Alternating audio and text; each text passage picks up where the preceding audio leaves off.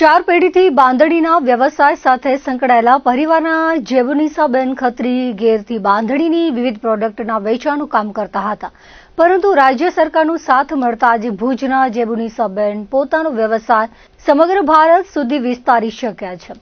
કેન્દ્ર અને રાજ્ય સરકાર દ્વારા મળતા માર્કેટિંગ પ્લેટફોર્મ થકી તેમને ઓળખ મળતા તેમની સીમિત આવકમાં નોંધપાત્ર વધારો થયો છે. જેબુનિસાબેન ખત્રીએ જણાવ્યું હતું કે બંધેજનું કામ અમારા લોહીમાં છે. અમારી ચાર પેઢી બાંધણીની કલા કારીગરી સાથે સંકળાયેલી છે. સાડી, દુપટ્ટા, ડ્રેસ, કુર્તા જેવી અનેક વેરાયટી અમે બનાવીએ છીએ. કંઈક આવક થઈ શકે તે માટે હું ઘર બેઠા જ આ બધી પ્રોડક્ટનું વેચાણ કરતી હતી, પરંતુ કેન્દ્ર અને રાજ્ય સરકાર દ્વારા મહિલા તથા કારીગરોને અપાતા યોજનાકીય પ્રોત્સાહન થકી મને પણ ખૂબ લાભ થયો છે. ઘરની ચાર દિવાલ બહાર નીકળીને આજે હું મારા નાનકડા બિઝનેસ દેશના વિવિધ રાજ્યોના ગ્રાહકો સુધી લઈ જઈ શકી છું. કેન્દ્ર અને રાજ્ય સરકાર દ્વારા આયોજિત થતા વેચાણ મેળામાં ભાગ લઈને સમગ્ર ભારત સુધી કચ્છની બાંધણીને ઓળખ અપાવી છે.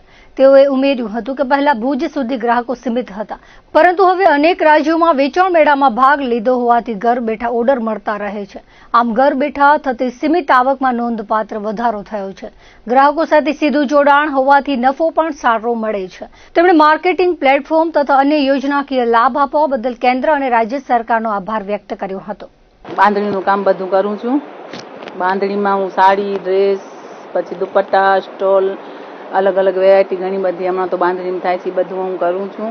અમારી ચાર પેઢીથી અમે બાંધણીનું જ કામ કરીએ છીએ ને હું મેળામાં પણ ભાગ લઉં છું. બધી ઠેકાણે ઇન્દોર, પછી ભોપાલ, કલકત્તા, પછી મૈસૂર, પછી ગુજરાતમાં પણ બધે ઠેકાણે વડોદરા, રાજકોટ, અમદાવાદ, સુરત બધી ઠેકાણે હું થઈ આવી છું. અમારો વેપાર પણ સારો થાય છે.